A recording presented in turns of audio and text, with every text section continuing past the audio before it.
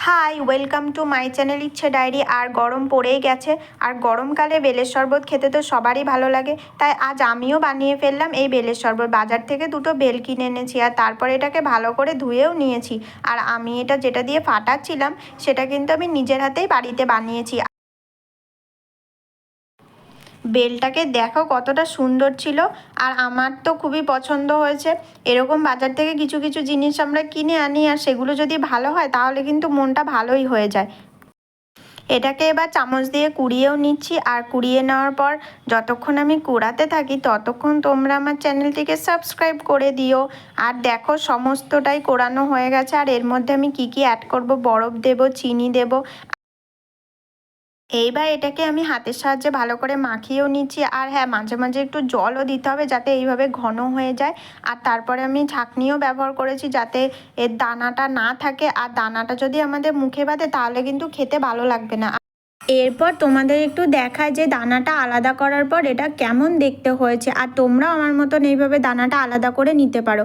আর এরপর আমি দেখো চিনি মেশাবো, আর চিনিটা পরিমাণ মতন তোমরা দিয়ে দেবে। আর চিনিটা দেওয়ার পরে এইভাবে চামচ দিয়ে তোমাদেরকে গুলিয়ে নিতে হবে। আর চিনিটা যাতে আস্ত না থাকে এমনভাবে গুলিয়ে নিতে হবে বেশ খানিকক্ষণ। তারপরে আমি দুধও নিয়েছি।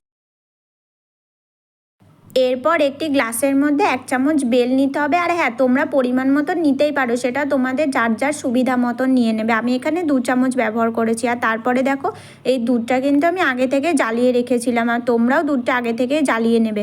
আর এরপরে আমি দুধটা ওর মধ্যে দিয়ে দিয়েছি। তোমরা যে যেরকমভাবে খেতে চাও সেরকম দুধের পরিমাণটা আর বেলের পরিমাণটা রেখে দিও। এরপরে আমি ঠান্ডার জন্য একটু বরফও ব্যবহার করে নিয়েছিলাম। আর হ্যাঁ, আমি কিন্তু এটা এক প্রকার ঘন বানিয়েছি আর এক প্রকার পাতলাও বানিয়ে নিয়েছিলাম। দুই প্রকারের গ্লাস বানিয়েছি। দেখো, একদিকে ঘন বেলটার পরিমাণ বেশি ছিল, আর একদিকে গ্লাসে ছিল বেলের পরিমাণটা অনেকটাই কম। আমাদের পরিবারের প্রত্যেকেই কিন্তু এই বেলের শরবত খেতে খুবই পছন্দ করে। আর তোমাদের পরিবারে কারা কারা বেলের শরবত খেতে পছন্দ করে অবশ্যই আমাকে কমেন্টে জানিও। এইরকম বিভিন্ন রেসিপি দেখার জন্য আমাকে অবশ্যই কমেন্ট করো, আমি বানানোর চেষ্টা করব। আর তোমাদের এই ছোট্ট ভিডিওটা যদি ভালো লেগে থাকে তবে বন্ধুদের মধ্যে শেয়ার করে দিও, লাইক করো। তোমাদের সকলকে ধন্যবাদ আমার এই ভিডিওগুলো দেখার জন্য। তোমাদের জন্য আমি কিছু ছবিও রেখে দিয়েছি, দেখে নিও। Bye bye.